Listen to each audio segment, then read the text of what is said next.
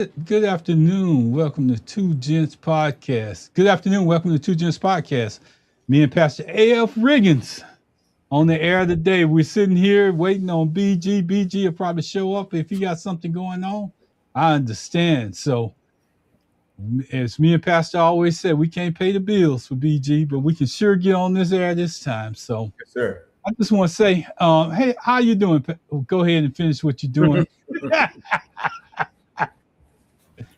I fully understand. Yeah, I man. fully Hey, understand. that time of day, man. I Glad to be know. I on. know.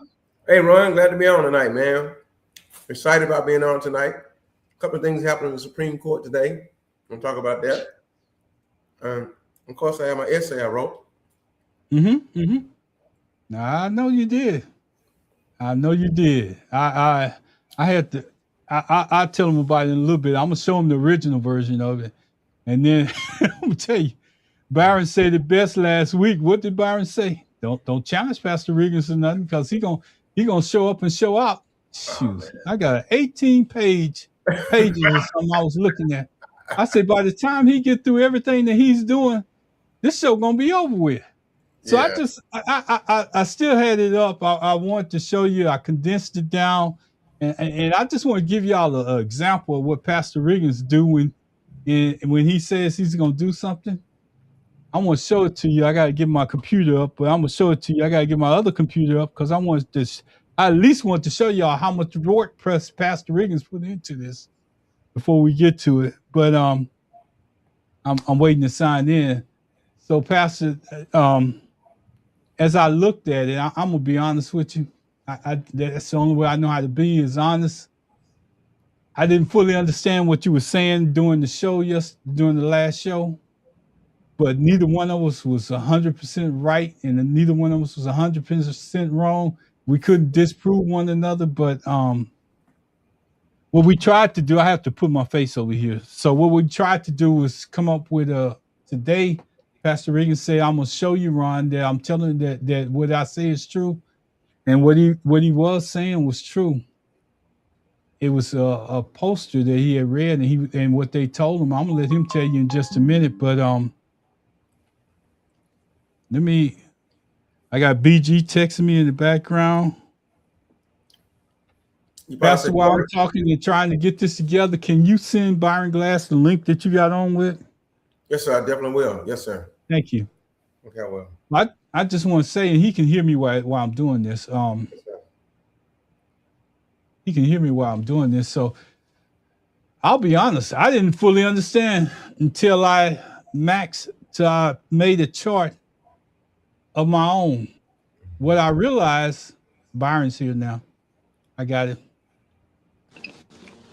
BG. Yes, sir. The big showdown. What's going on? What's going on, man?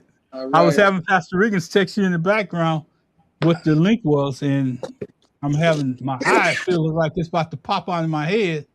So, Oh, that's right. Riggins supposed to give a history lesson tonight, right? You already I sent it to you earlier. You didn't get it? It's in your email, Byron. I It's already got a in copy of your it. email, man. I sent it to your email. Byron's 18 pages strong.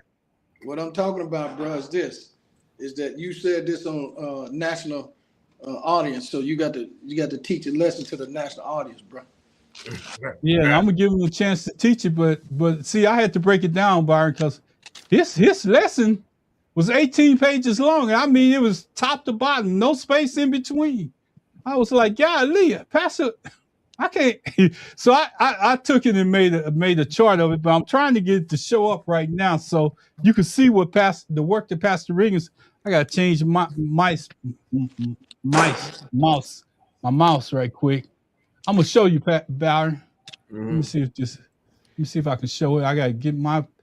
I see you, Byron. I see you showing out. If you want a good one, you want a good one, AL. That's what you need. I see them showing out over there, talking about what people need and stuff like that. All right. But that's not the screen I want to show y'all. This is the screen I want to show y'all.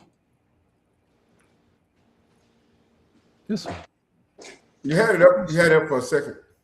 I know I did. I saw my name on it. Hey, Rick, you remember years ago Ron will be saying, Big Simp, I see you out there. Mm-hmm. Yeah. A lot of good memories, man. A lot of good memories from Simp, May he man. rest in peace.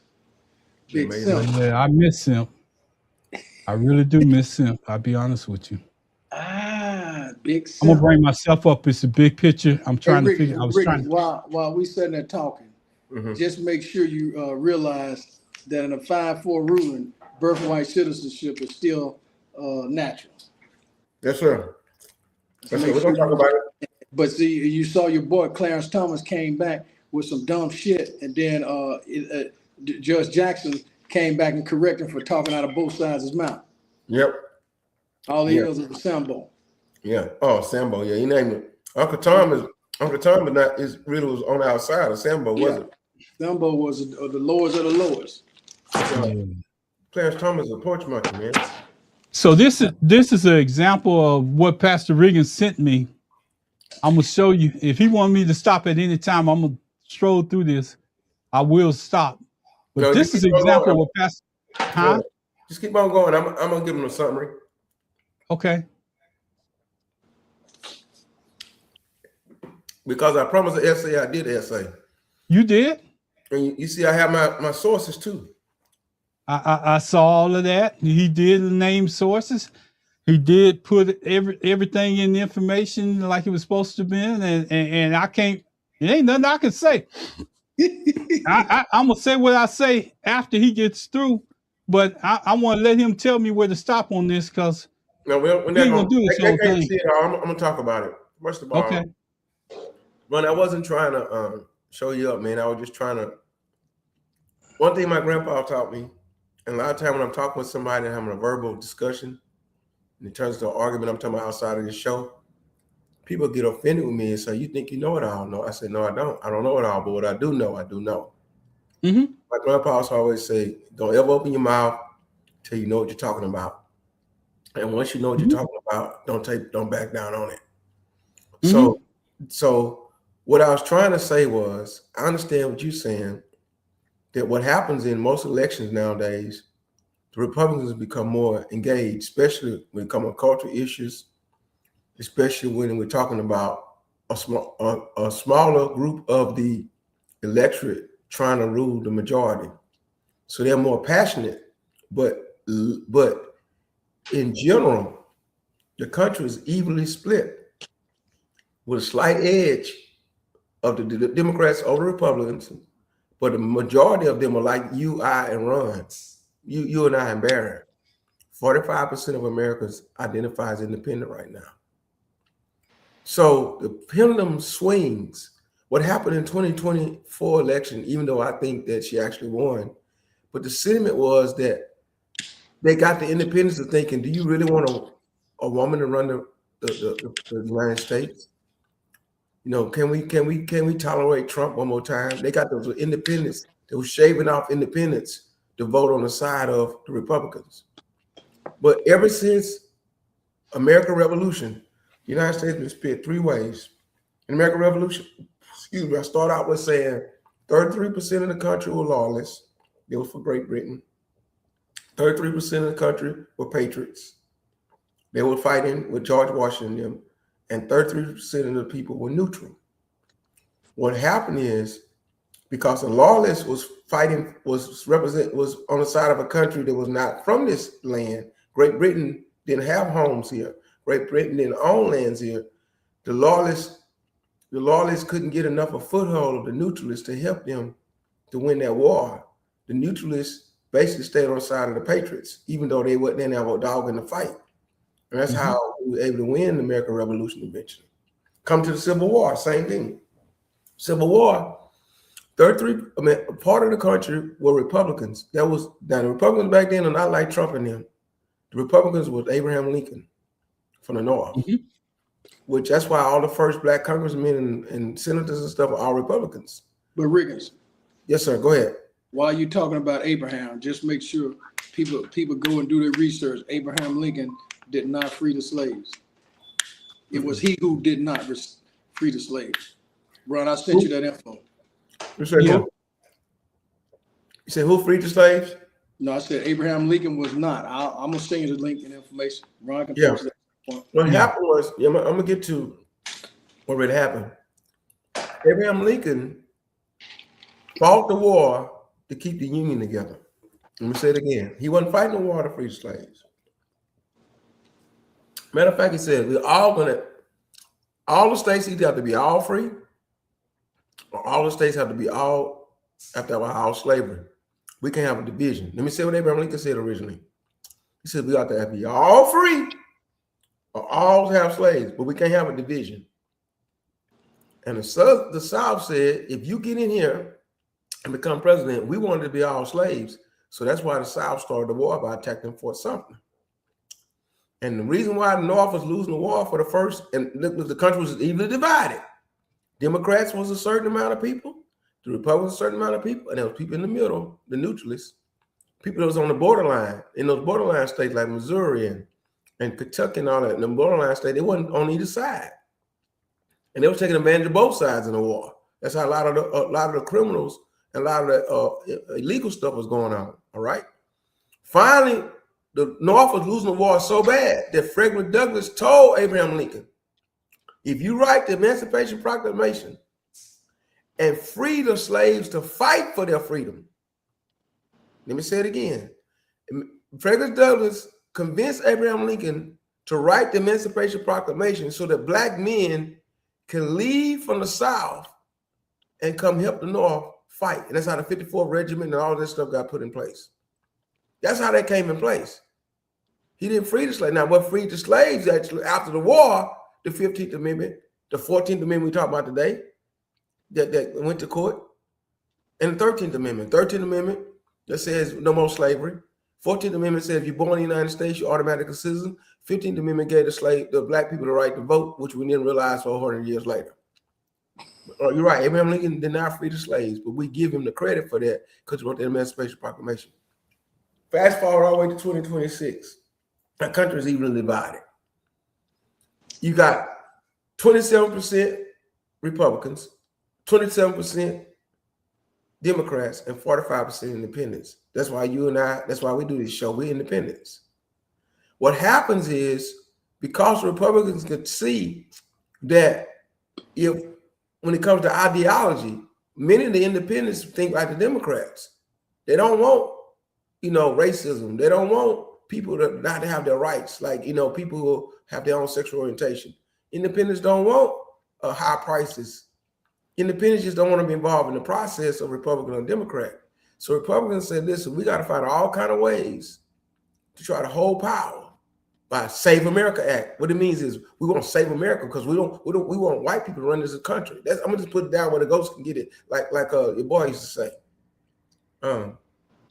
We want white men to be in power. We don't want DEI. And if anybody black do show up, let it be a black woman, not a black man. And so Republicans have less registered voters as Republicans, but they make the most noise, and that's why they're doing all this redistricting, so they can try to find ways to try to put the Democrats and African Americans or people of color in one basket. We put them in one basket in one district, and then we can, even though we have less voters, we have more districts. So we have more districts that we get more representation, but they have no more people all in one district. And that's why they're doing all this redistricting, because most people in America are not Republicans. That's what I was trying to make the argument on last week. I don't know if that gives you an overview of what I was saying, but I did 18-page. And Gallup research, the Gallup poll and Pew Research is where I got my information from. It's an 18-page essay on it. Hey, Pastor, could you go over that chart that I sent you? You got it's right there. Just pull up the image on your computer, okay, and just go through it. I will. All right. When you finish. I got it. Okay. I'm gonna get it.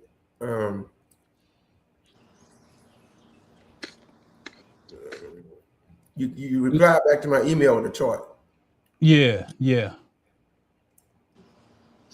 If you want me to, I'll go through it. If No, I got it. Okay. One of the things, Byron, I will say while pastors are looking for that, yeah, you're right. Abraham Lincoln never freed the slaves. I think I did a show on that a while back. and a lot of Okay. people disagree with me. So, Pastor, if you're ready, Here's the chart. I got the chart. go ahead. He used a chart that says America's always been evenly divided. During the American Revolution, the chart says a 33% lawless, 30% neutral, 30% patriots. The rise of independent majorities. You got a chart that says 45% independent, 27% Democrat, 27% Republican. Learners leaners decide elections. Gallup poll says 20% of Americans lean Democrat, 15% of Americans lean Republican, 10% of Americans are non-leaners. You see, that's what I'm talking about. Of those independents, 20% of them are leaning toward the Democrat. Only 15% are leaning towards the Republicans. So they're evenly divided. They give the Democrats an advantage most of the time. However, this one person, see, this thing that's been going on with Trump is a personality thing.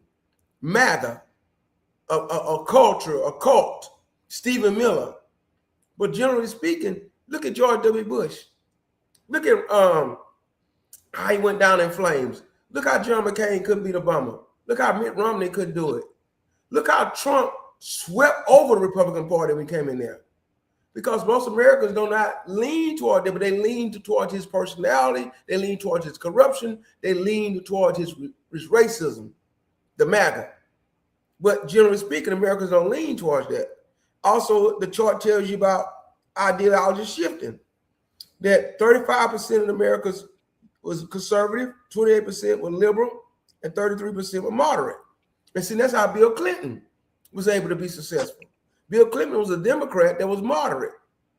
He was able to work with Newt Gingrich and those guys. Obama, people thought Obama was a little too moderate. It's why he didn't use all his capital that he had with him in the first 2 years to do a lot of sweeping change, because he calls her trying to work down the middle. Trump not trying to work down the middle. Matter of fact, he's not even trying to work to the right. He's trying to work off the chart, illegal. Today, something jumped in my mind. Today, we found out that for 250th anniversary, he says, I want to pardon 250 people, but it's going to cost $1 million to $2 million a person to get a pardon. Let me say it again. He wants to pardon 250 people. They'll pay him $1 million to $2 million a piece. They said, if they lose the Congress and that stuff like that happen, that's the stuff that they're coming after them for. I know we said we don't want to impeach him and all that stuff, but so when Trump gets out of office, those people have been involved in that, those lawyers are lawyering up so that they don't go to jail. And some of the big law firms pulled out of it, so we don't have no parts of that. But I digress. Generational cohorts. It shows how in the past Republicans had the biggest swing, but over time we moved from Nixon to now. Gerald Ford was supposed to be such a nice, but Jimmy Carter came in. Ronald Reagan was supposed to be such a big Republican, but coming all the way to now, the Democrats have the advantage. We just don't know how to use our advantage. That's what we're so frustrated about. We're frustrated because Democrats have the advantage, we don't use the advantage. We have the most registered voters, we just don't go vote. We have the cities, we just don't take the cities. The guy in New York is doing something with it. In Houston, we're sorry. Houston, we always like we lay back and like we don't really care. Dallas, San Antonio, El Paso, we have the votes. Los Angeles, they go do something about it. That's why Trump, just because we're in a Republican state overall in Texas, we could flip Texas if we don't be so apathetic. I close with this. Bottom line of the document. America's political landscape is changing fast. Independents now the largest and most decisive voting bloc. Leaners not pure independents ultimately decide elections. Party shifts when elections react to unpopular presidents, not love for the opposing party. So people coming against unpopular president, people are tired of Trump right now. But then if something happen that, another president gets in, we're tired of that president, no matter what his party affiliation is. The volatility explains why control of Congress and the presidency keeps flipping. True battleground is independence. Their movement determines national outcomes. America is no longer a two-party election. It's an independent election with two parties fighting over the middle. That's right. Independents, especially younger voters, now hold a balance of power and decide most elections. Thank you, Ron, for putting this chart together. Hey, you know, that's one of the things that we do, and unlike anybody else that's doing stuff like this, they don't come back and clean up whatever points they made. But Pastor just got through with his. I'm gonna go through this one because it's not even controversial. It's about facts. Mm-hmm. It's about putting together something and coming up with stuff that makes sense. And hopefully our audience understands that. What this one tells the story of poll numbers versus actual votes. And see, last week, if you remember me and Pastor Riggins, our discussion was two different discussions going down two different paths, but it seemed like we was clashing, but we really wasn't. And Pastor was explaining, he said, you know, Ron, I agree with you, but I'm talking about the numbers that I pulled up. Polling is different than actual election. I'm gonna have to look off from the TV because I got mine blew up in a different spot, but don't think I'm not paying attention because I can't see it on the screen, but I can see it here. If you look at the first one, it says polling. Polling asks, how do you identify politically? Based on a sample of people. It measures opinions. It includes people who never vote. It can change, polling can change daily. But what my argument was last week was the actual election results counts every legally cast ballot based on every vote counting. It measures the action. It includes only those who voted. It cannot change after the certification goes through. It cannot change. And if you go in the second row, it says the example of the Gallup poll, party identification. If you look at this, basically what it's saying is the same thing that Pastor Riggins used last week. The numbers are just spewed just a little bit. One of them is 27% Democrats, 27% Republicans. The other one is 45% independents that's out there, which is purple. It's the same thing that Pastor Riggins was saying last week. And if you look at it, if you come across, and Byron brought up the numbers about the 24 presidential election. More than 146 million Americans voted in the 24 presidential election, the certification. Donald Trump has 77.3 million. Byron said that last week. Kamala Harris has 75.0 million. About 4 million other people didn't even vote, and that's what he was saying. I want to go down to this chart because I think it's important. Pastor Riggins started saying this last week, but it didn't carry through to the person that you're talking to right now. It says, imagine a church with 100 members. You ask every one of them what you to do. I'm sorry. You ask everyone, which choir do you belong to? It's 27 in choir A, it's 27 in choir B, and 46 that say I don't know. Now it's time to vote on buying a new bus for the church. 46 of those people who do not belong to either choir still vote within that vote. So the people that's polling still vote within their vote, but their decision doesn't come to pass till after you actually vote. And that's what Pastor Riggins was saying. So 25 people vote 45. in choir A. Go ahead. Anybody want to say something? No, you're saying 27 and then 45. Yes, sir. Then 46. Okay, yes, sir. Using the numbers. And then 25 vote with choir A. 18 vote with choir B. 3 vote for something else. The other people just don't vote. Mm-hmm. So it leaves those people out there different. So I just want to say, I want to look at this. I want to build on that. I want to build on that. Go ahead. That's what's wrong with America. Because I'm going to go as a pastor and say that's what happens too. You get in there, 25 vote, 18 vote. I'm going to mute my phone for a minute.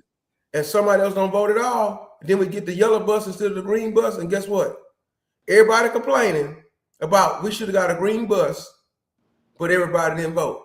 Most of the people that don't vote are going to be the ones complaining. We should have got the green bus. Well, did you vote? No, I didn't want to vote. I thought y'all were going to pick the right bus. Same thing happens in the United States. Most people that don't go vote are the ones complaining, but they really wanted the green bus, but they ended up getting the yellow bus because they didn't go vote.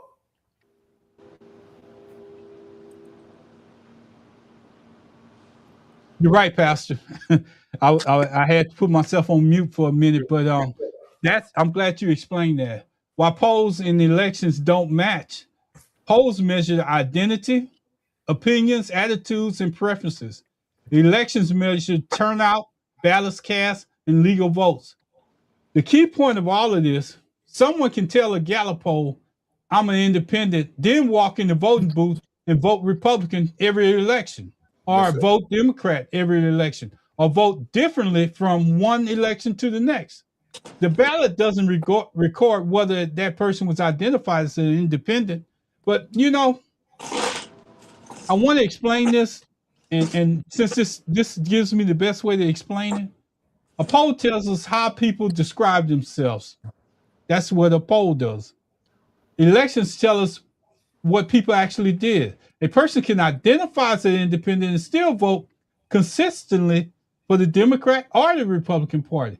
That's why the polling numbers and election results should never be treated as the same thing. And that's what we ultimately was doing last week. I was putting up election numbers versus polling numbers. But before I get out of here, Pastor, I got one more thing to add. Yes, Let me see. I want to add this because it kind of makes all the stuff that we did make sense. This is America's maps. And this is as of today, as of the last election, and as of today, this is America's map here. You see 27% Democrats, 27% Republicans, 45% of them identify as independents. See, look at Texas. It's purple. That's why we're saying, I'm gonna bring it home. That's why we're saying that we have a chance to flip Texas. Tallarico. Yep. I wasn't gonna say let Barrett say it because we get closer and closer. Tallarico. We're getting closer and closer. See, Louisiana, we know it's red. Oklahoma, we know it's red. Mississippi, we know it's red. Mississippi have a black guy who about to win something, they think. Georgia, you see Georgia? Georgia became purple. Texas is about to become purple. Arizona is purple. They flip back and forward, back and forward.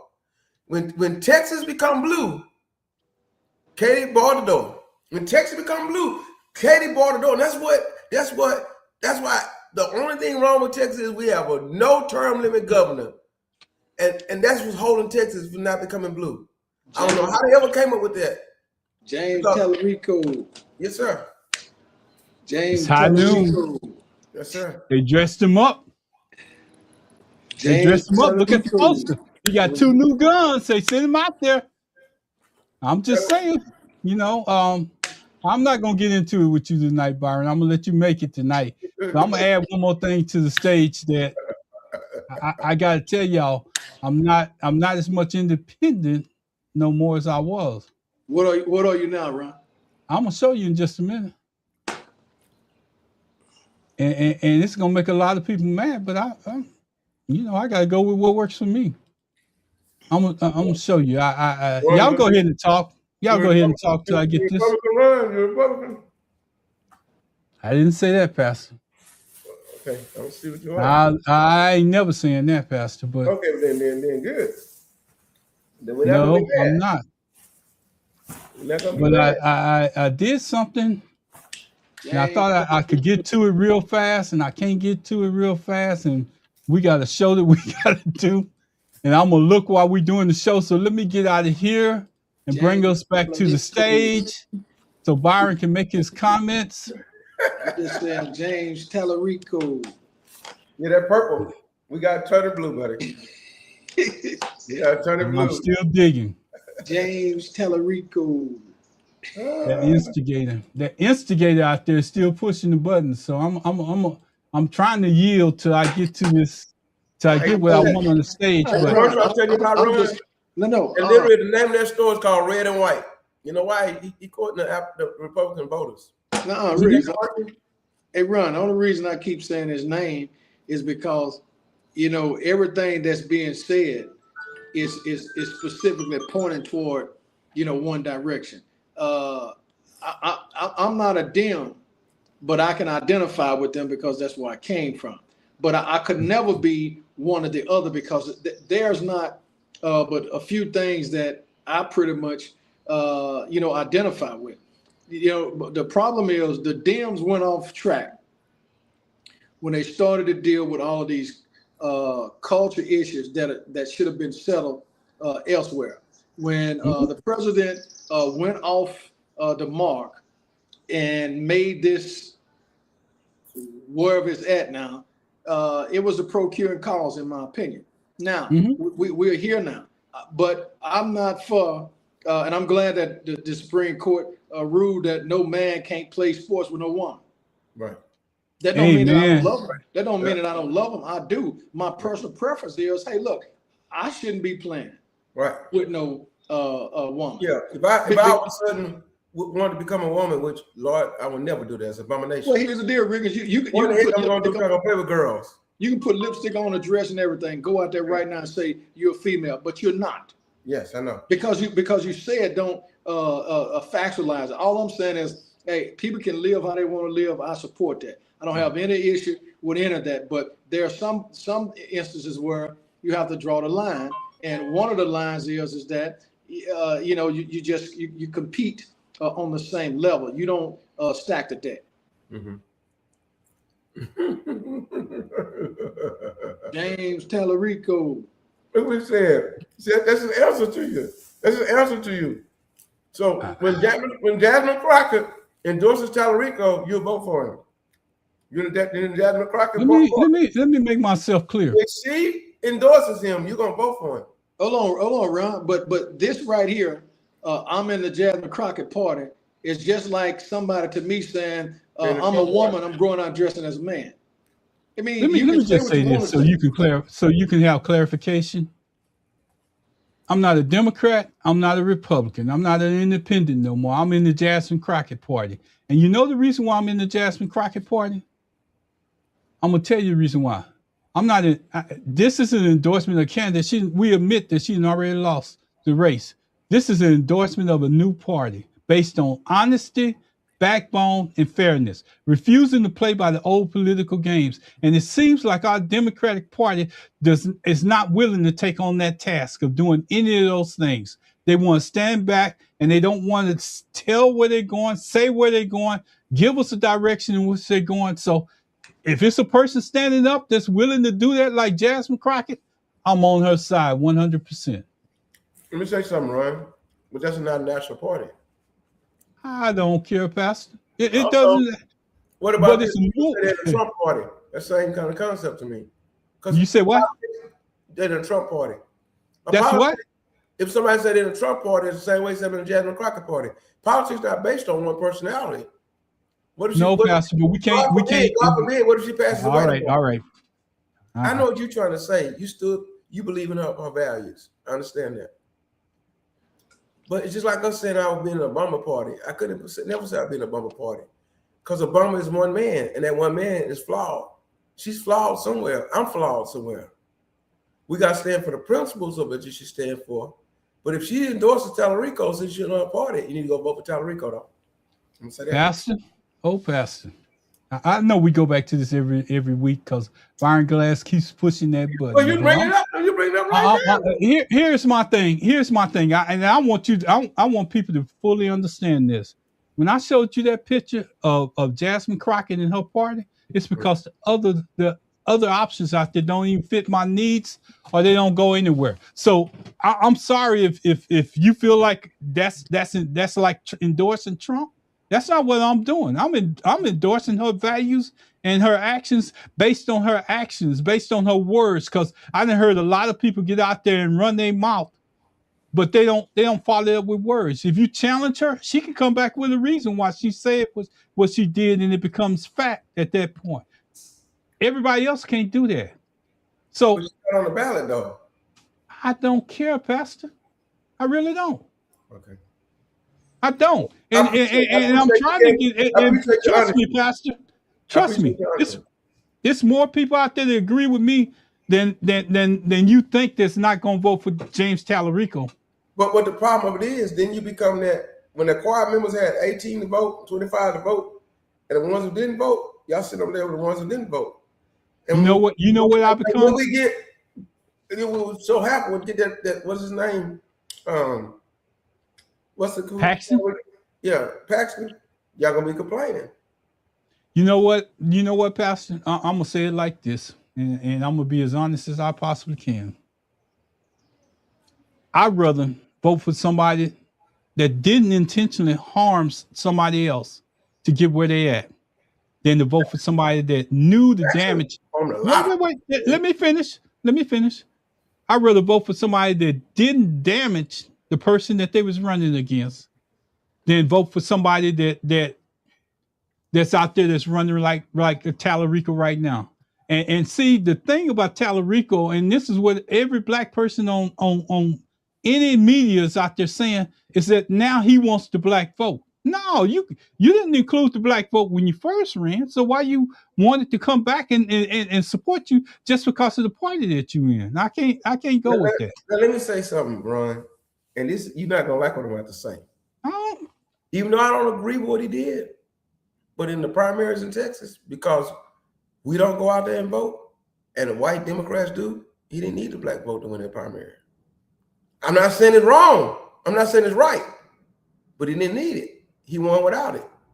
That's the sad part about it. If we were a voting bloc, if we were voting for primaries, if we was involved and engaged like we're supposed to be, he would have had to have our vote because we'd have been out there voting for Jasmine. See, we didn't vote for Jasmine Crockett like we should. We didn't vote for Jasmine Crockett. That's what happened. So he didn't need our vote because we didn't give her enough votes. I'm sorry to say that. I mean, that's the reality of it. Now, I'm sorry it happened that way. That's sad. Can I say something to that? Sure. That's the number that's what they say to you in order for you to say that James Tallarico is better. But I'm gonna tell you, if you look at the number of black people that voted, Jasmine had majority of the black votes in any area that she was in. If James, just take Tallarico out the picture altogether, because he should have never been on there with her anyway. Yeah. Who would have won? Who would be our elected official right now? If the Democratic Party wouldn't have put a media machine in place, who would have been our representative right now? Crockett. But let me tell you what happened. How it went down. No, Riggins. It's contradictory because we're saying that it wasn't enough votes to get her over the hurdle. So if it was a head-to-head race, she still would have lost. Because you just said that it was not enough people. Well, he said Tallarico wasn't on the ballot. That's what I'm talking about. If he wouldn't have been on the ballot, they still would have gone the other way. But let me tell you something else. Ron, here's what happened, Ron. And this is what I kept trying to tell you. Tallarico was on the ballot before she was on the ballot. He was. She only got on the ballot once the Supreme Court ruled that they could redistrict, and she wasn't they couldn't run for Congress no more. That's when she got on the. That's the sad part about it. He was on the ballot already. So Riggins, are you saying that she only ran because she was losing a seat trying to gain another? That's what I kept saying from the beginning. So Ron, let me put some information on top of that. Do you agree with that? Huh? Do you agree with that? Oh, I agree that she came in the race later. But here's what I'm gonna say, and I'm gonna add to what y'all just got through saying. Even though she came in the race later, she was a nationally known candidate. Nobody knew who James Tallarico was before he got in this race with Jasmine Crockett. Nobody. But now, am I wrong, Pastor? No, Texas knew. We didn't see. All politics are local. He was a state representative for a long time. They got a lot of stuff passed in the House. For the Democrats. He didn't get nothing passed in the House. They got a record of him not passing anything. He voted to help something else pass. He never voted. He never initiated anything. He voted on other bills that came into the House. So he lied. So he lied on his commercials. Riggins. What did he bring? What did he introduce? Riggins. He said lower healthcare costs. That's something else that somebody else introduced into the Congress that he just voted on as a Democrat. Riggins. Keep on going. Riggins, what was the guy's name? I can't think of it now. He's deceased now.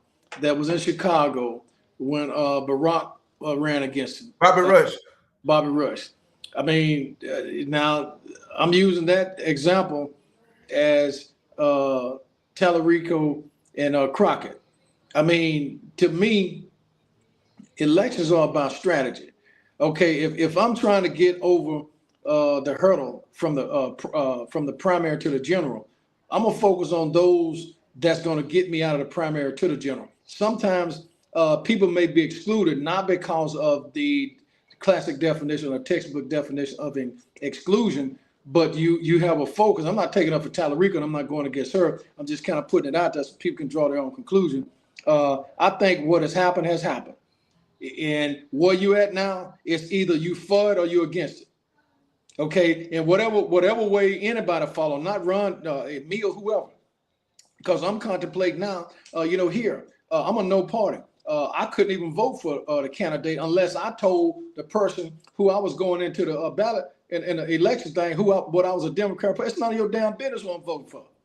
First of all, so I went in. I just voted for the amendments. I didn't vote on either candidate. So now coming up in a general election, when I go in, I can vote for whoever I want to vote for. But it should not have happened that way. But again, this was classic control of Louisiana politics to get the number and the outcome that they want to get. It's about statistical data. It's about controlling the narrative. And like you said earlier, the 45, 47%, those who can make the change are often the ones who sit on the sideline.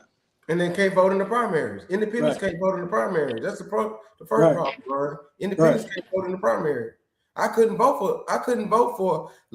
not legally vote for Jasmine Crockett in the primary. I'm registered independent. Now, in the general, you can. So your statement that you made earlier kind of comes into play too, because if more people declared themselves an independent like you, they couldn't have voted for Jasmine Crockett anyway. So her votes she got the best that she could, right, out of the votes that she had. But there was still more than anybody in the Republican Party based on what she had going. But here's where I differ, Pastor. Here's where I differ. It wasn't a general election yet, though. But here's where I differ, Pastor, and I'm going to tell you where I differ. I differ because somebody had to bring this candidate up past her. Somebody had to come in and say, you know what? We got to bring him up to Jasmine Crockett. It was a machine that came into place. She got on there. Okay. He was on he didn't have nothing behind him until she jumped in the race. It was gonna be James Tallarico, and that was it. But when she jumped into the race, somebody came in behind him and used the force like Chuck Brocher, which normally runs national campaigns, and brought him up to her level. But if she would have just Tallarico would already had it though. No, he didn't. No, if she would have been on there, he had nobody to run against. Let's bring the adults back in the conversation. No matter what we're talking about here, ain't gonna change the outcome. Nothing. The question is based on where we at. What's going to take place to get over the hurdle? And whether Ron Riggins or whoever going to vote for Tallarico, going to vote for Paxson, none of this is really being conducted. It's not enlightening and informative. It's taking an individual position. Again, I tease Ron about that. He can vote who he want to vote for. That's his decision. Okay. But at the end of the day, if you talking the talk, you got to walk the walk. If you're walking the walk, you got to talk the talk. So whatever decision he decides, and he can justify that to anybody. I mean, that's the position you take. And, I just think we're not, I mean, the facts are there. He's the nominee. The question is, if you're going to vote for him, fine. If you're not, then if you don't vote for him, the question is, do you remain with the same people that's complaining? I don't know that. If I don't vote for him, I don't have a right to complain. But I kind of disagree with that. Just because I don't say nothing, just because I don't say nothing in my house, and there's an issue with my daughter, don't mean that I don't have a right to be upset that she made a mistake. Because you're from this country, number one, you're from that state. So even though you choosing not to, I don't think that diminish your voice and say, well, you still can't complain, because what affect the other person is affecting you. If it's I think you have a right to complain. When I say I don't have a right to complain, I want to clear that up because I'm glad you brought that up. I don't have a right to complain about anything that Ken Paxton do if I don't vote for him. Now, anybody else out there, I have a right to say what I want to say, but I can't in my being a father of two girls. I can't sit in my space that I'm sitting in and be black and let them walk all over Jasmine Crockett. I just can't do it. And that's exactly what they did. They made a plan, and Pastor, I'm gonna tell you how passionate I am about this, so you understand. Every time we bring up the election with Kamala Harris, you bring up that I'm convinced that there was votes that wasn't counted. I'm just as passionate about Jasmine Crockett because that's the way I see our young black kids trying to be like her, trying to understand her struggle. You got to add to Riggins though. He's still willing to put that aside and go for the greater good. Well, that's him. I can't do it. Well, I pray that you can be able to arrive at that at some point, brother. Because I thought I was able to do it. It's a bigger picture. I thought I was able to do it. I can't do it. I think she has a second act in or somewhere. This is what I'm thinking. Can I say this, Ron? Let's think of it this way, and I'm gonna leave it alone. I'm not gonna bring up no more until you bring it back up. And I can guy in that gray suit next to you. Hold on. And let me tell you, I can guarantee you, after this conversation, it won't ever be brought up by Barron ever again. Not even in a joking manner. Here's what I think, Ron. Let's say Tellerico turns the state blue. It opens up more lanes, more opportunity for her to get back in there and run for something else. If the state stays red, they keep on chiseling down and holding us out, which will hold her out more. See, think of it as if Tellerico wins and Texas goes from red, purple to blue, then he could be a forerunner, like John the Baptist, a forerunner for Jesus, or like somebody else laid the foundation for her to build upon. So I always think of that she's a second act in her somewhere. Just like Stacey Abrams, she lost her governor of Georgia. She stays in the mix because Georgia keep on pushing. When Georgia becomes blue, Stacey Abrams gonna get something somewhere in that thing. Might not come when we want it, but it'll be on time. That's how I look at it. I can't shut down all the way and say because I think they did it wrong, I can't try to make Texas not become blue. I need to become blue so she can have a better opportunity. And that's my last argument on that, and I leave it alone. And I'm gonna close, and I'm gonna say my last argument on this. I'm gonna make my last point on this, but I'm gonna still go out there and post everything that I can every time somebody speak anything about Tellerico and Tellerico, how good he is, because you do not. If we keep playing politics the way we're doing, sometimes it's not about red or blue. Sometimes it's about being black and being proud. James Brown said it. We don't always have to run behind somebody to let them go in first and then we come in because they open up the door for us. No, that's not the way it was. Martin Luther King, when he stood up and he fought for all people. He didn't wait for nobody else to give him an invitation to come in. Malcolm X, when he did what he did, he knew what he was standing for. People that look like him, people that have a harder time than anybody else, people that went through history of having a harder time. When we get somebody that speaks up and stays on the point and stays on principle, we always want to tell them, oh, you too loud, you too this. When it's a woman, we want to shut them down. And we don't realize that every time that we get shut down, and just like you say, Tellerico can win. That doesn't necessarily mean Texas is going to turn blue. But if he loses, at what cost did we sacrifice our young black lady for? At what cost did we make that sacrifice? It wasn't worth the sacrifice if he loses. And that's the thing that we got to understand as black people. Every chance that we get, we got to promote a black person to go up and do something. It's not nobody's fault. No. See, you don't. Well, I'm gonna leave it alone. No, come on. No, I'm gonna leave. Talk, man. Talk, man. Talk. This is our last conversation on it. This gonna be the last conversation. Say what you're gonna say. But see, I'm okay with it because I don't have to say what I need to say. I'm digressing. We good. I'm gonna say it for you. See, it doesn't matter if you're black or white. This is what Byron gonna say. It doesn't matter if you're black or white. If you're doing what's best for me, that's the person I should be voting for. No, Ron. What I'm saying is this. Again, I fully value and respect the position that you're taking. All I'm asking, just as a general question, is the risk that you're willing to take greater than what the outcome could be? Because, like Riggins said, if he don't get in, if she was in the race, she got a chance to win, she got a chance to lose.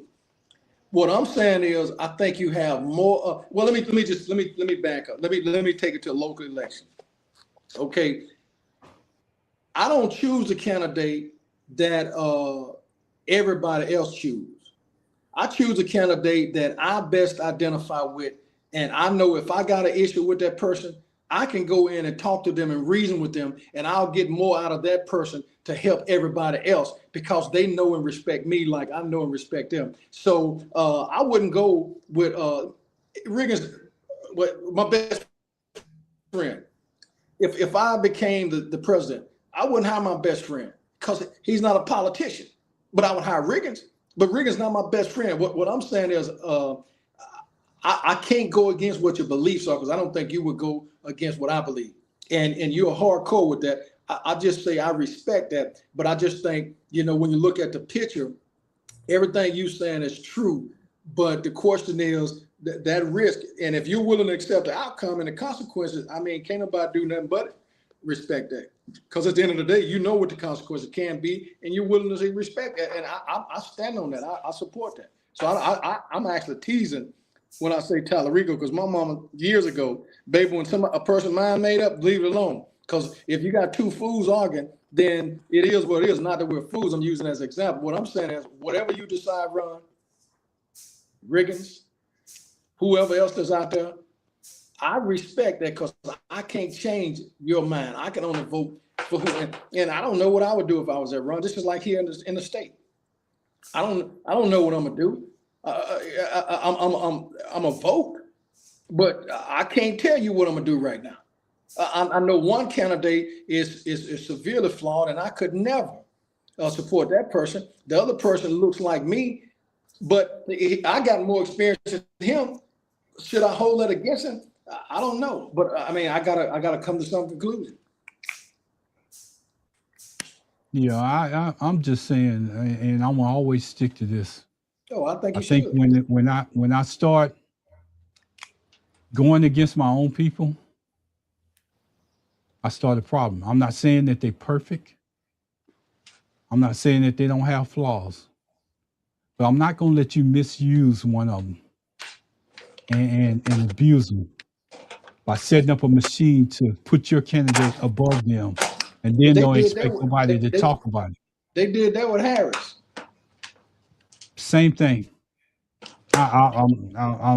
You just at some point, as a people, we have to stand up and have a backbone for something. And that's the same thing that we ask of the Democratic Party as a whole. Stand up and tell us where your issues are. Stand up and tell us where you're going. Stand up and tell us what your strategy is, and then we can follow you. That's why we wait until the Republican creates turmoil in front of you, and then you become reactive. That's why we left them. And that's the reason why that's the reason why when I stand up here and when I sit here in my space and I'm in my space on this show, I'm saying at some point we have to stand up for our people. If they wrong, we call them wrong. If they right, we call them right. But if they didn't do anything to offend you and the system beats them, we have to stand up for those people too. Let me say something. That's the last time I'm gonna bring it up. I'm good. Y'all know where I stand, and you're gonna know where I stand on Facebook. And any remarks I make, you're gonna know where I stand. But let me say something. You just hit a part on. Today, Supreme Court ruled 6-3. And when Kavanaugh trying to say that Yes, he said it was wrong, but it's only wrong because it's a federal law, and so we need to go back and let the Congress decide about the 14th Amendment, which they already decided in the 1860s. So they're saying technically 5-4. Guess who got up on the microphones? Republicans. Trump and what's his name? Johnson. What's his name out of the Mike Johnson, all them? Oh yeah, we're gonna try to get the Congress to go in and make them change the 14th Amendment. But first of all, you gotta first have both houses. 2/3. Two-thirds. And then after having 2/3 of the house, you got all the states got to come in and vote on that too. Congress on something like that amendment, you got to vote. Not only do they have to own it in Congress, the states got to turn around and ratify that. So y'all just blowing smoke. But while they blowing smoke, what the Democrats doing? Yay, yay. No, not time to yay. You should be out there saying the same thing. Yeah. Saying, okay, if they're saying they want to bring it to Congress, this is why they shouldn't bring it to Congress. You're going to bring it to Congress? They should be saying what I'm saying right now. Well, we're going to bring it to Congress. You need 2/3 of Congress. You need 3/4 of the states. No, they're sitting back clapping. Ooh, we're so glad. Yeah. No, they always satisfied with surviving. Yeah. They're never proactive, never doing anything. That's what Ron is talking about. That's what we are. That's why we're not part of it. That's why we're independents. Because they do stupid stuff. They should have grabbed a microphone too. Mike Johnson got a microphone growling. Like he's just a lapdog for Trump, growling, which means you just racist as everything. In other words, Stephen Miller put the thing, Has Jeffries made a formal statement? I ain't seen no formal statement by him nor Schumer. I haven't seen any formal statement. They're just happy that they didn't overturn it. No, you should be up there saying, first of all, this should have been 9-0. Should have been a question. And by the way, Clarence Thomas, you are not who you say you are. You born in of slave sons of sharecroppers, and acting like you be one of the first one that shipped back to Africa. I'll be saying all that stuff. That's why real people that really can do things are not really in the political seat sometimes, because we don't have a filter. Jasmine Crockett doesn't have a filter. She will say that kind of stuff. Right. But a lot of people are not going to. So even if you got to say measures. You know why, Pastor? You know why they're not going to say it? You want me to tell you the reason why? Right. It was a comment earlier today that you know how I am. I get in my space and I go off, but it's a commenter that said something earlier today that kind of got to. This is what they said. They said this must be a white person that listened to KTRH in Houston. They was talking about me because I posted my thing that I posted on their page. It was talking about James Tallarico. So to keep the argument down, I just posted it. And I was like, you want to fit us into a box. And we're supposed to agree with it. And the only reason why I'm saying that is because when you mention Haywood Jeffries, and most of those Haywood Jeffries represent a lot of Democrats. Akeem Jeffries. Thank you. Akeem Jeffries represents a lot of those Democrats in the northeast corner of the United States. And I'm just going to tell you the reason why is because a lot of them take money from many different PACs that's out there. Mm-hmm. And they can't afford to lose that money in their races up there. And so they're totally different, and that's what they assume is going on down south. But down south, we have to take everything that we can get. We have to eat every piece of scrap that comes off the table to make a difference just for us. But up there, they live the life of luxury, and it's two different areas of politics. Let me say something else, man. Another thing that the Supreme Court passed today, they took all the constraints off political spending now. So exactly what you said is now it's going to be 10 times, 100 times worse. Now everybody can give however much money they want to give to whoever they want to give, because they claim it's the First Amendment right to put your money behind whoever you want to put your money behind. So now all bets are off. Elections are being bought. And That's what you're saying. Whoever buying you, whoever's backing you with the money, is who you're going to make sure you don't keep that money coming in your coffer. You're not going to scream too loud. You're not going to say something out of hand. And that's why I don't run for politics, because nobody going to buy me. And you just made I'll take made a money, good point. I'm gonna speak my mind and say, if you don't like what I said, don't give me no money next time. But I'll find somebody else to give me some money. Let me say it again. If I was in politics and you gave me $1 million and I got up there and said what you didn't want me to say, I'm gonna say, too bad, you spent your money. Buyer's remorse. Don't give it to me next time. Somebody else will. Hey, I want to tell you, you're right. I agree with you. I'm not disagreeing with you, Pastor, because everything that you say represents what I'm standing on right now. Because what you just said is that politics can be bought. And what happened in the past was it had a way to be constrained and then passed on. What you're saying right now, what they passed the laws is that it ain't no limits on how much money you can spend, how much. So all those attack ads that's out there, Byron, take this real quick. If you can read it, Pastor. That's the lady that's Dare Search. Dare to Search. I've never been so confused on voting than I am today. I don't know who is who, and now these lefties are coming in. Do you have any suggestions of where the Democrats are going? But you know, she talking about the people in New York. Mandurin brought in a lot of extreme people from the left, but all Mandurin is doing this. He's saying to Trump, "You think you from New York, and you think you ran New York, and you think in New York you don't want me to win as a mayor of New York? I'm gonna bring in some people in New York that's gonna be totally opposite of everything MAGA is." He's trying to swing them all the way back the other way. That's all he's doing. Yeah, the tent is just getting larger in size because of conversation like this. No, the Dems have no platform. They have no solid foundation. They have no message. Like Regan said, if you really want to convince the people, rather than celebrating, jumping up and down like cheerleaders, you should be out here. Okay, here's where we're going. This has been settled now. Here's where we're going. What are we going to do with immigration? What are we going to do with crossing the border? What are we going to do to protect those people? Because everybody that's coming over ain't necessarily enemies, but everybody that is, some of them that's coming over here. So you can't just blanket say everybody should just be coming over. No, everybody should be coming over. There should be a pathway. Okay, and that pathway should be created by those who are from here. What works best? And until we get there, we ain't. But Mandami, I don't think he's so far extreme. Now, if he were to get, if anybody from that extreme left would get as extreme as those on the right, I'm not supporting you either. Right. Because right is right, wrong is wrong. But what I was telling what I did learn today, Riggins, and I said to hell with it. I saw a lot of comments out on the election Saturday. No matter what, one guy said the worst Republican is better than the best Republican.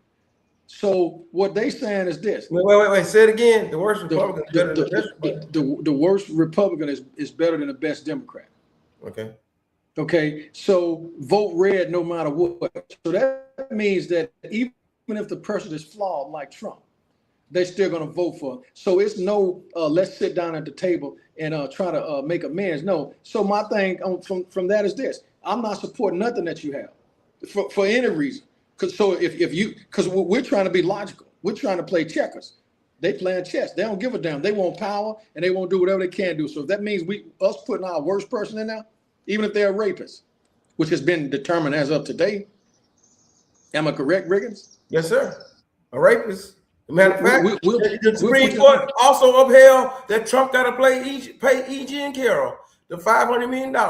And the $500 million is based on the fact the judge said he raped her. Let me say $5 million. I'm sorry. Yeah. $5 million. The same Supreme Court that he put in office, 3 of them, right?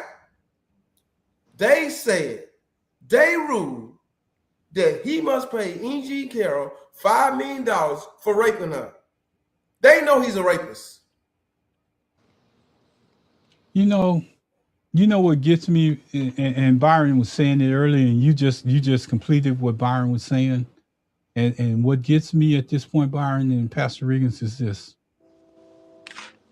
Byron said that they will vote Republican regardless of whatever is out there. No matter They what. will vote Republican against their own best interests. Yep. They will vote Republican. Doesn't matter if the person over there is willing to give them a crumb and they got DM behind their name or they black, they will vote Republican. But then they're the Regardless. first ones to complain when stuff starts going wrong, when they're not getting what they had and all the rest of the stuff that's lining up that comes to them naturally. You voted Republican. How do you expect to get the same stuff when Republicans want smaller government? They put that responsibility on the states. So the states don't have any chance to get extra money coming from the federal government because what the Republicans are telling them, we want smaller government. We're not going to subsidize the state. But you need that subsidy to survive. You need that hospital to be close within your community. You need them food stamps that you're getting. You need every assistance that you can get, but you are stand in that ballot box and vote against your best interest. Ron, let me bring it back together where we start off today. What Barron is saying is the Republicans will vote Republican no matter what. Not Democrats and Independents. Republicans will vote Republican no matter how bad it is. The sad part about it, Democrats will not vote. Let me say it again. It's split 27-27. 45 in the middle, independents. The independents going to go out there and try to boast up and vote on the Democratic side. But if only 18% or 20% of the Democrats vote, no matter how many independents come over there, we get outnumbered by the Republicans, even though they have the less numbers. Because we're not getting out there to vote Democrat no matter what. Yeah. That's what we're saying. That's what's going on. Republicans don't vote, even though they have the smaller numbers. Because independents lean toward the Democrat. They don't lean toward Republicans. But the Democrats will stay home, don't want to vote, don't want to get involved. Republicans going to vote all the way to the end. I don't care if the man hanging off naked off the stage was looking like a fool, they're going to vote for him. Democrats trying to make somebody qualify to vote for him. Yep. Don't go out there. And then Republicans take control and then everybody's hurting. You know what? I agree with you, Pastor. Ain't nothing I can say to that. But also in that neutral poll, there's some Republicans over there. They don't give a hoot about what's going on, but they still voting the same way. Mm-hmm. They still voting the same way, and we can't call out one without calling out the other one. Because they saying they've been inbred, taught, no matter what, always vote this way, no matter what, no matter what, no matter what. We've been taught apologize, try to get it fixed, try to work it out, try to meet in the middle. Man, them folk ain't trying to meet you in the middle. Look what she's talking about. Trying to get close. Tuberville. They were saying Tuberville don't live in Alabama.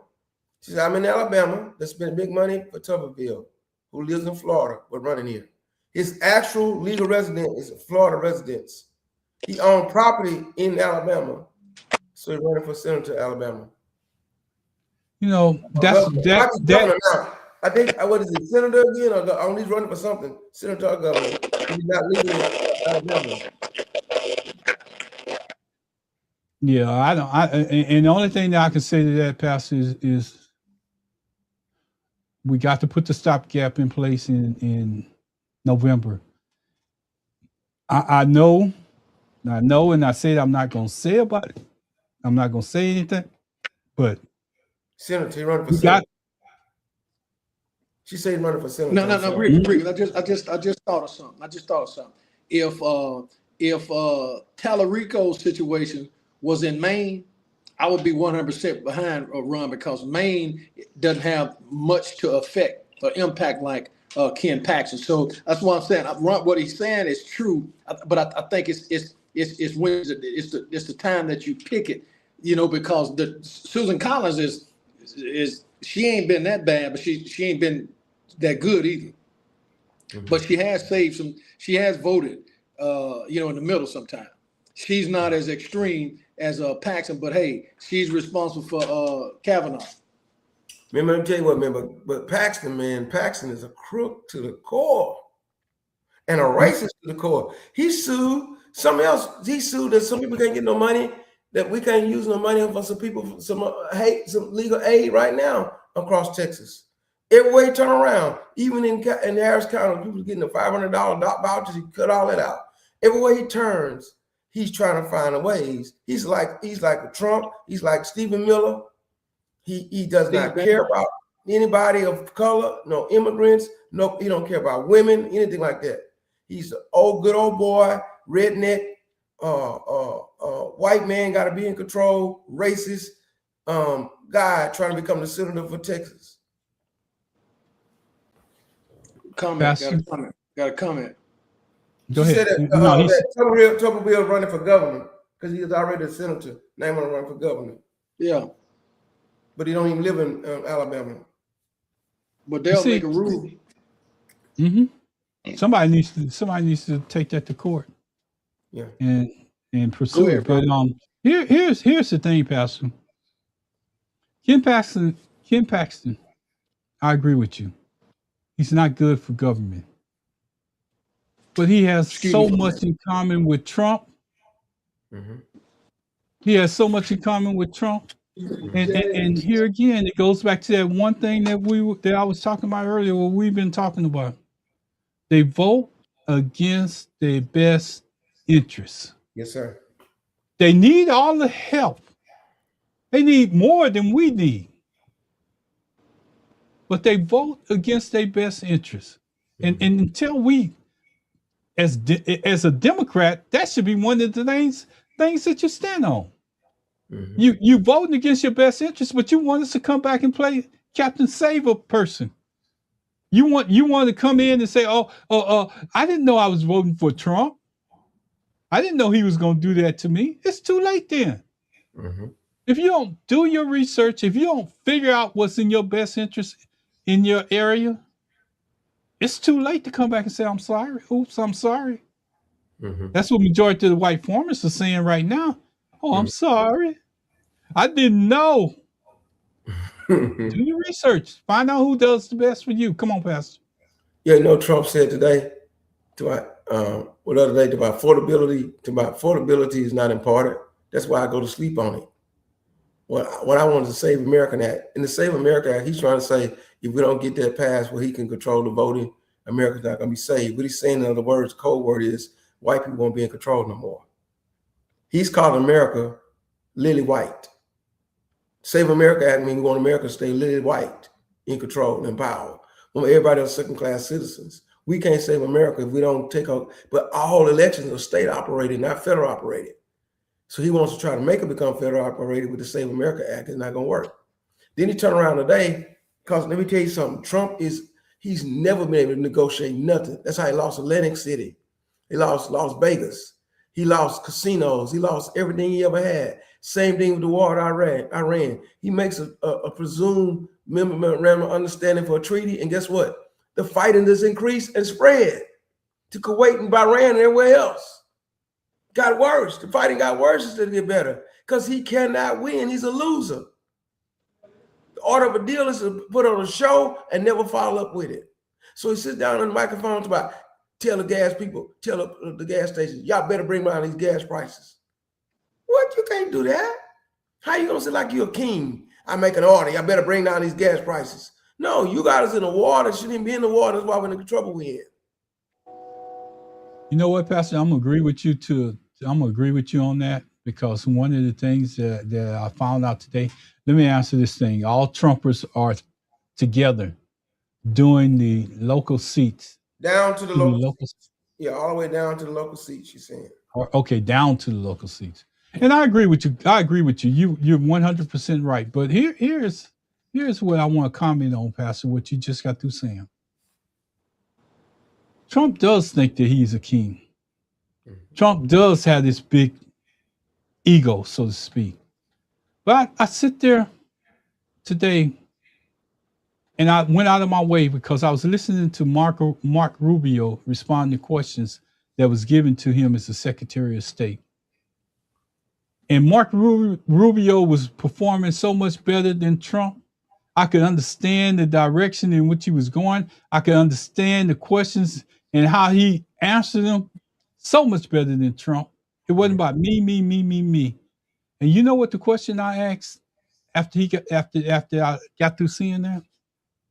I said, how long Trump gonna keep him in this cabinet? Because he got more attention and he answered the questions like they were being asked. He didn't call nobody out of his name. He didn't get frustrated, and they tried to push him. And I just said then, how long is the king gonna let him stay? Because he ain't gonna stay long if he keep having interviews like that. It's another comment out there. He's a basic rebellion. That's during the American Revolution, right? The American Revolution. The farmers rose up because they were hurting because of the economic decisions being made. At that time, the First Continental Congress was making decisions trying to pay for the war that was hurting everybody. And that's how we had to have put together the government we had, because they couldn't run the country. It was weak. In effect, they had the Articles of Confederation. That's what made them write the Constitution, because of the fact that the people the people were suffering because of them trying to pay for the war after the fact. And what she's saying is we need to be able to rise up and tell Trump this war is hurting us economically, and so we need to come out the war. That's yeah. But the other part to what you just got through saying is this: it's hurting us. Yeah. But you know who winning in all of this? Those big companies that they got to make all the missiles and all that stuff that they just shot at that country and all the rest of that, airplanes and all of that. They're winning. Oh, yeah. Their stocks are going up. So the military complex of America. Yeah, they're going up. They're winning all the way through. And Trump and them doing some inside trading behind them stocks too.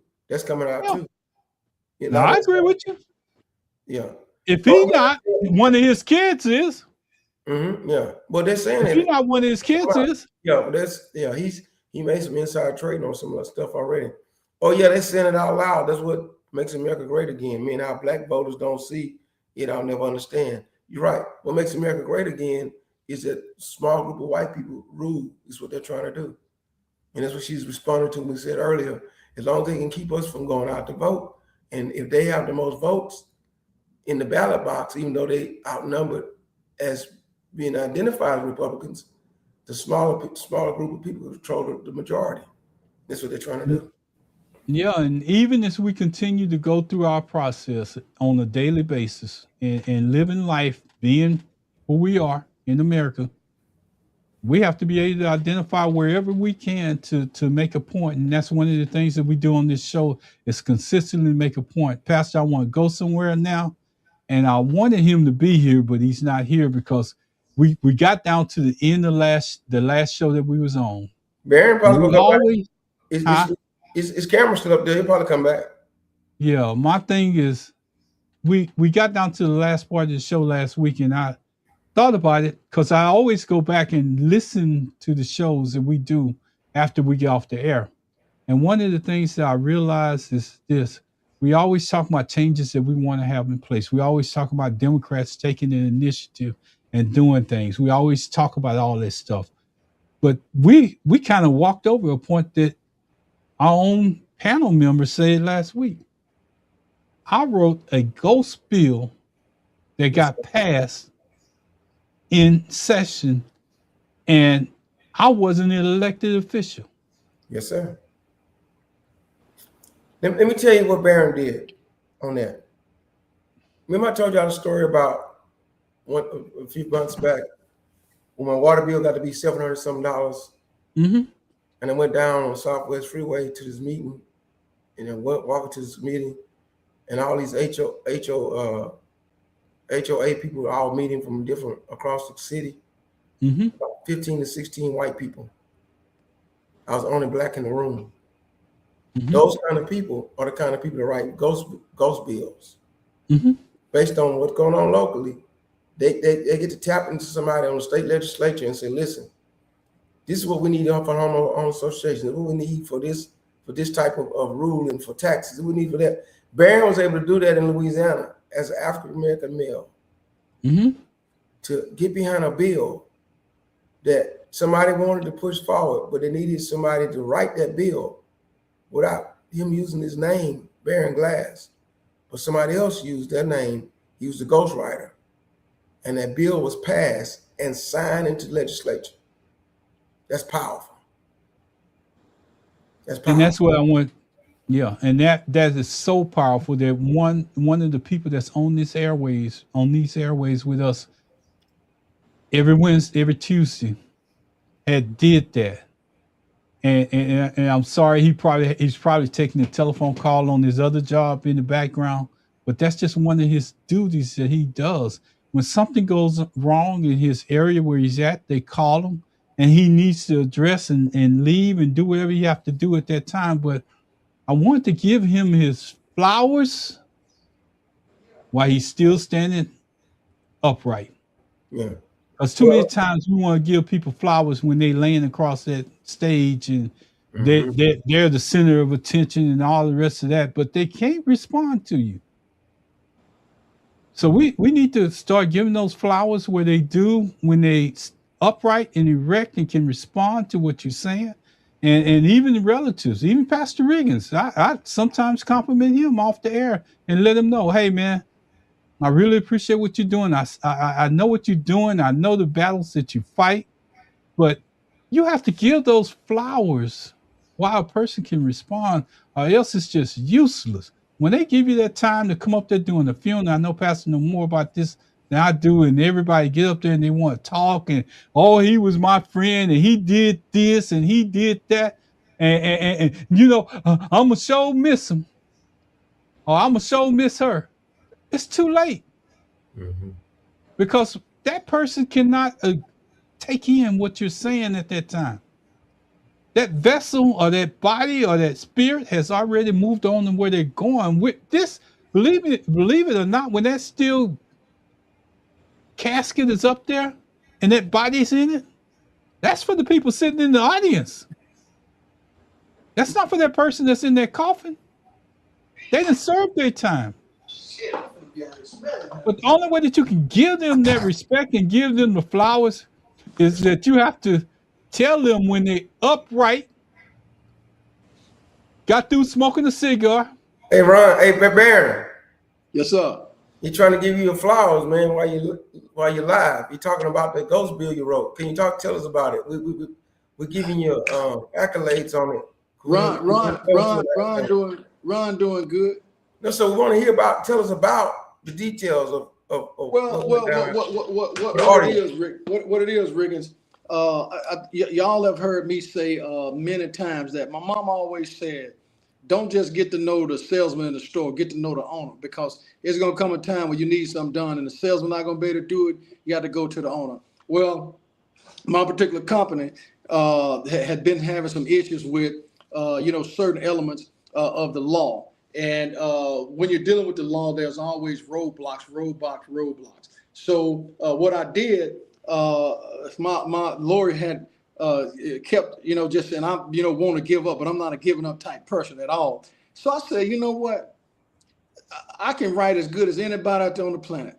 So got in contact with one of my partners, a good friend, and he's a good friend of mine. He's a state rep. So I wrote him and told him what the situation was and told him that no company can stay in business when they're providing all of the services and never getting paid from the client.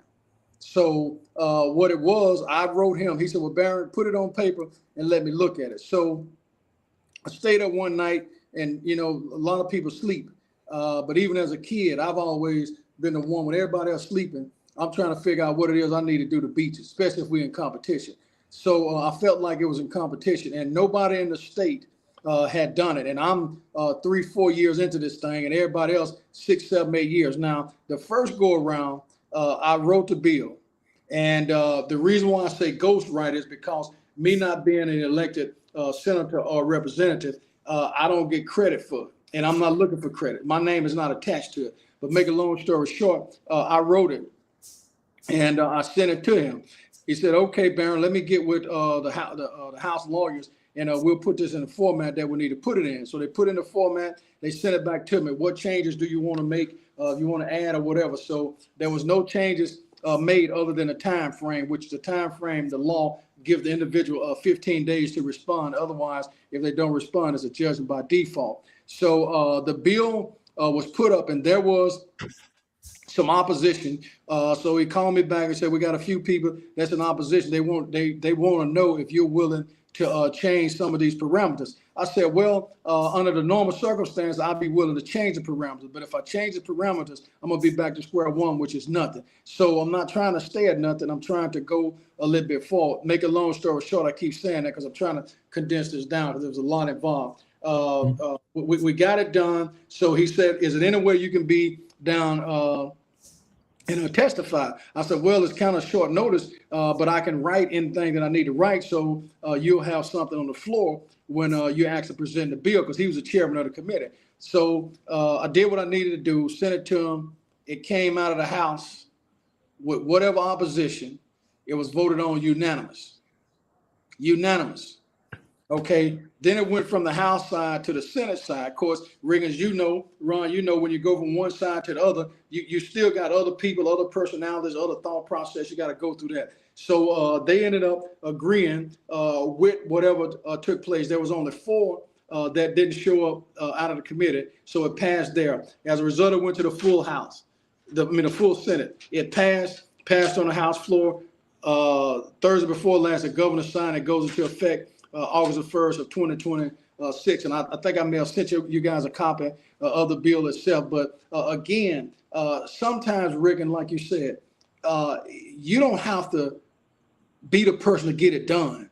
You just need to know how to get it done. So I'll tell any young person that's out there, you don't have to be the person that's out front. You don't have to be the squeaky wheel. You don't have to be nothing. All you have to do is have enough confidence and belief in yourself that what it is you believe in, you plus God, you and God, that's a majority. So I've always believed in whatever it is I do. And I'll tell you this, I have never entered a race in my whole life that I didn't think I could win. In every race I've entered, I've actually won. Now, that has nothing to do with me. It has nothing to do with my ability. It has something to do with when you are dead set and you believe in what you believe in, the good Lord is going to always reward you. Now, the reward may not be exactly what you think it should be, but it's going to give you the results that you need in a way that you didn't even think of. So I don't even talk about it. I don't really want to talk about it other than, since you guys asked. The point is, it's done. I went to court today, was able to present it to the DA's office,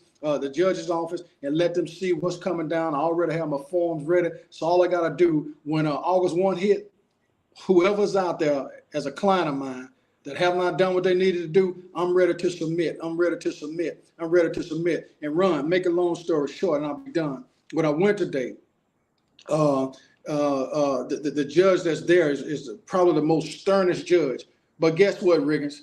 When I walk in, the guy has nothing but respect for me because I go in professional. I speak to them professional. I have the same jargon that they have. I know everything that they're doing. It's nothing new to me because what I decided a long time ago was this. I'm gonna know a little bit about everything. So when people started talking, I can engage in that conversation. I can learn as the conversation goes. But I learned, Ron, over the 34 years of being elected, that the best tool you have is right here.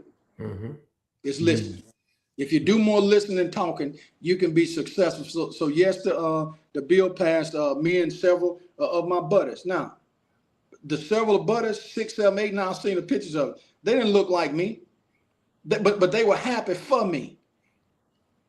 You see what I'm saying? So that they wasn't jealous. They weren't envious. They were happy that this happened because they saw and had seen all the effort and the time that had been put in this. So sometimes we can't discount other people because you think they ain't for you.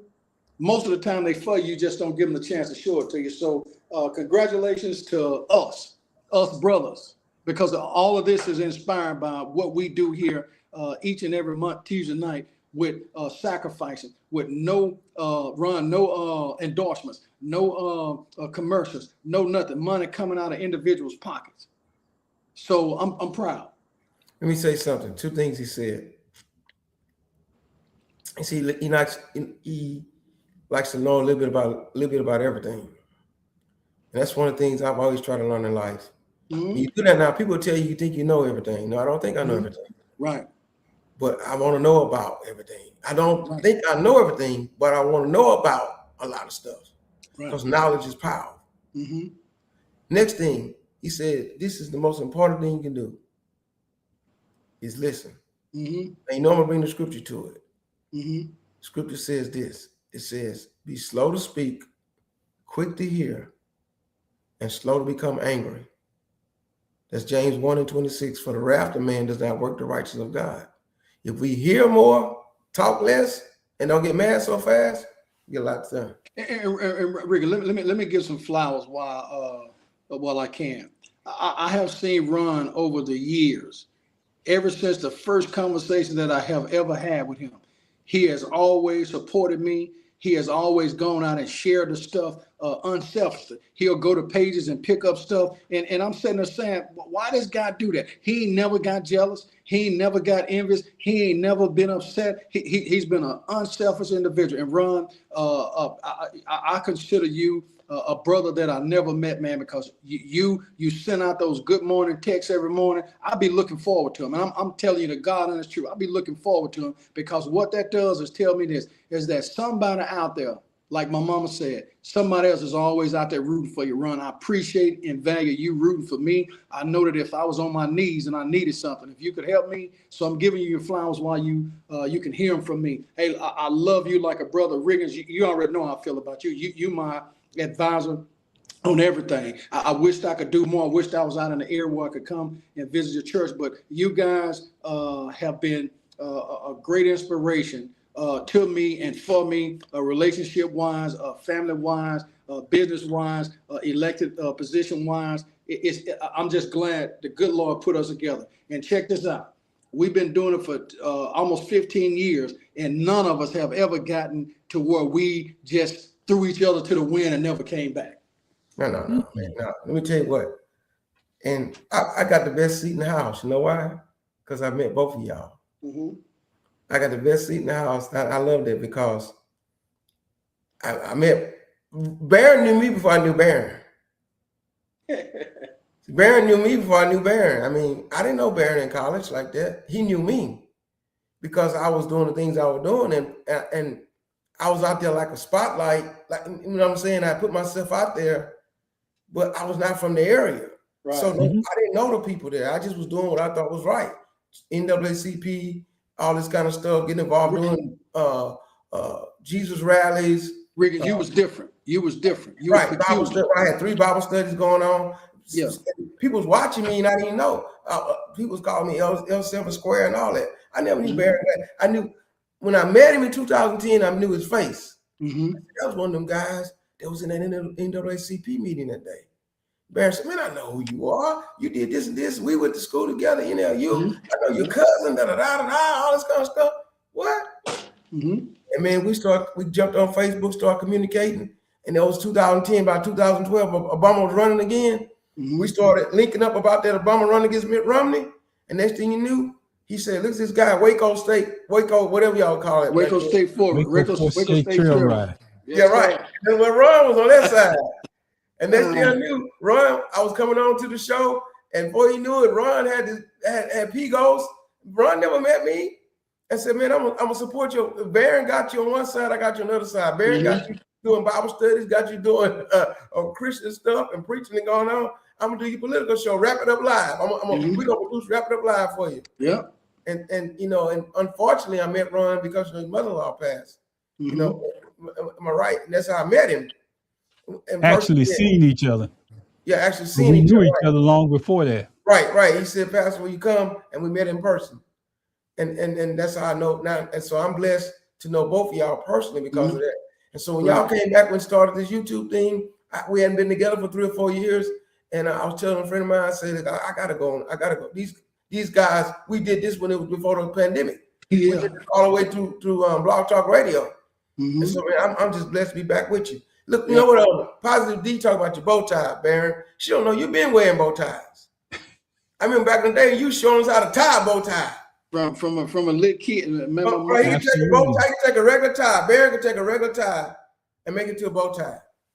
Before I make my comment, I want to get all these comments on the stage out of the Go way. ahead. So Go ahead, Ron. Go ahead. here's The lady said congratulations. She enjoyed the conversation. Congratulations, Baron. Thank you.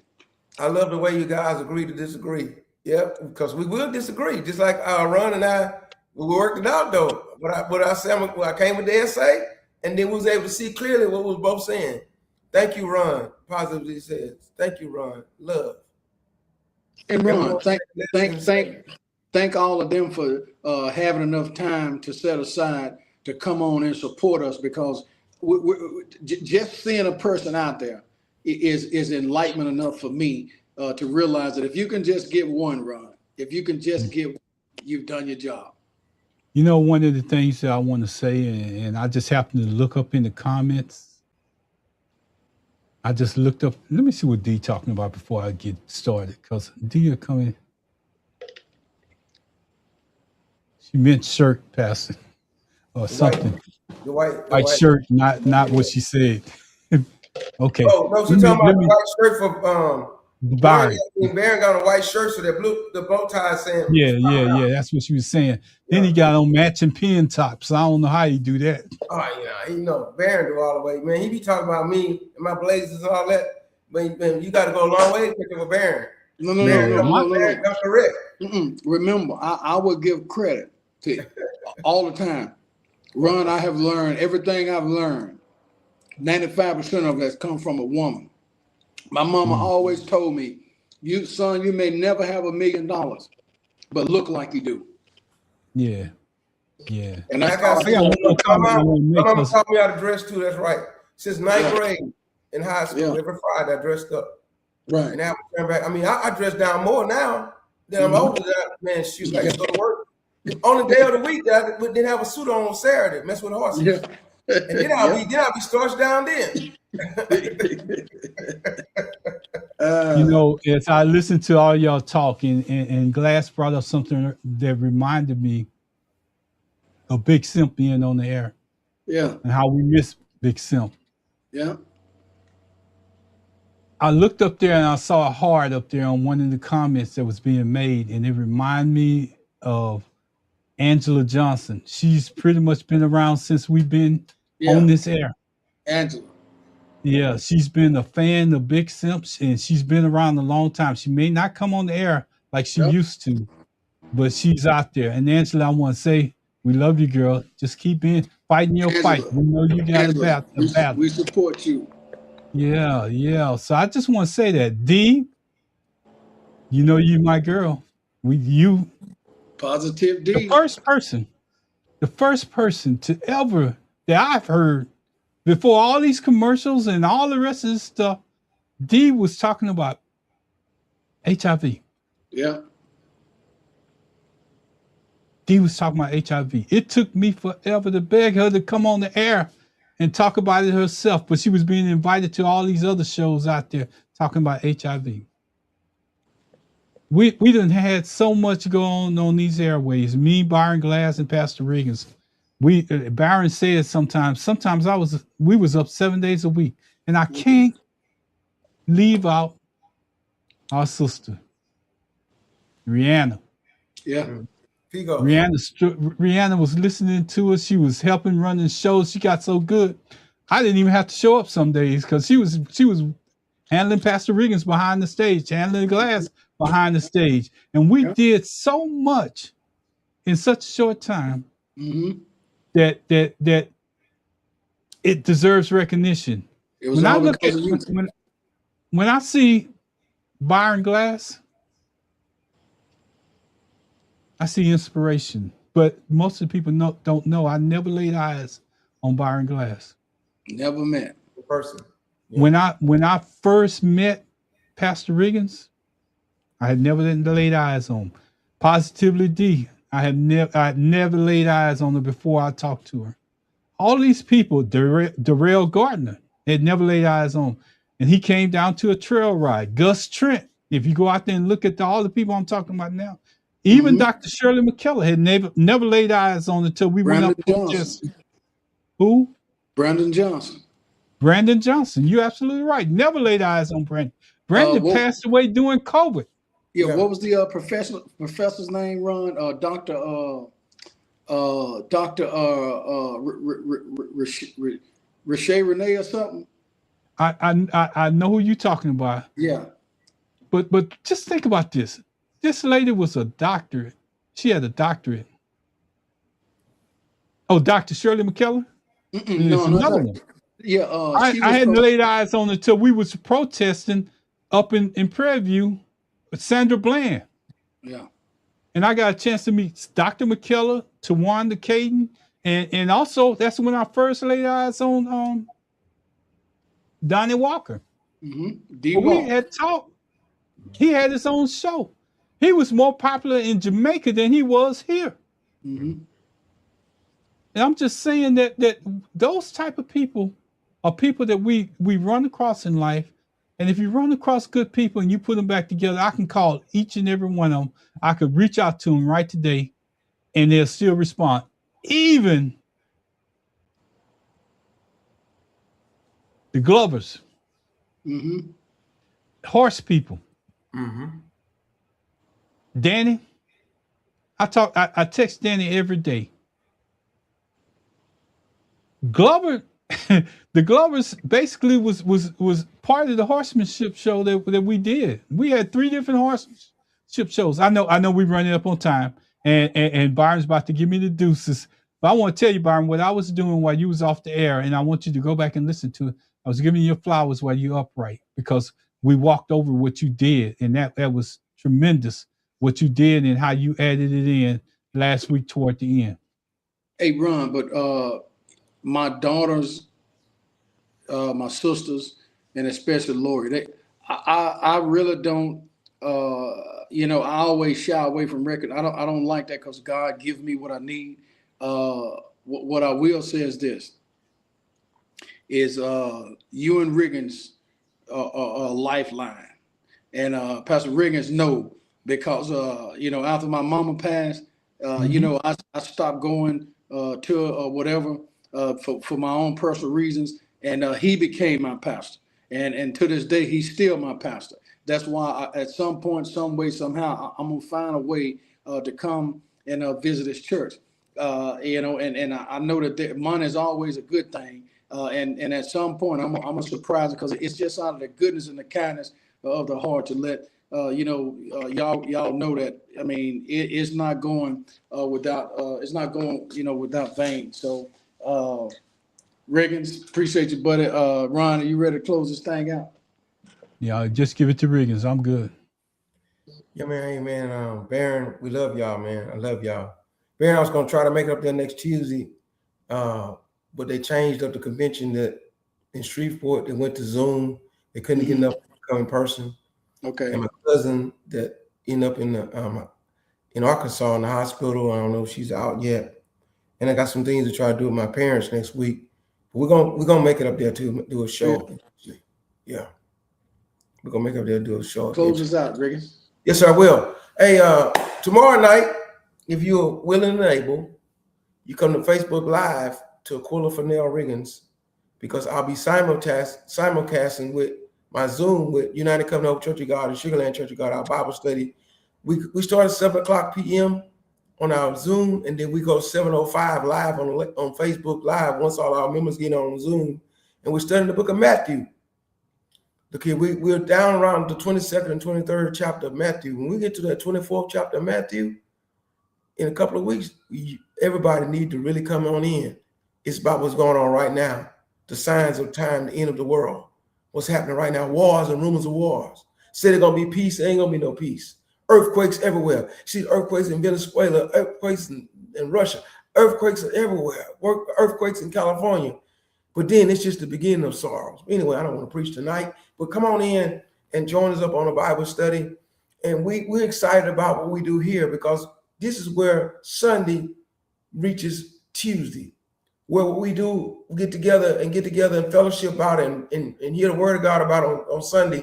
We make it work on Tuesday nights by impacting our community, our city, and our world. We thank God for this opportunity to do this. We thank God for everyone who's involved with it. We want him to get the glory out of our life. We leave this platform but not his presence. In the name of Jesus, I pray.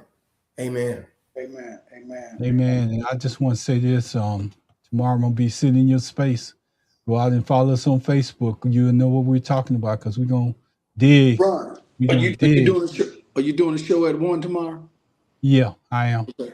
All right. At 1 o'clock. I'll post it on Facebook. Okay. All right. I want to get out of here. I'm gonna take Byron's glasses thing. When Byron does this, I got to hit that orange button at the top. Peace out.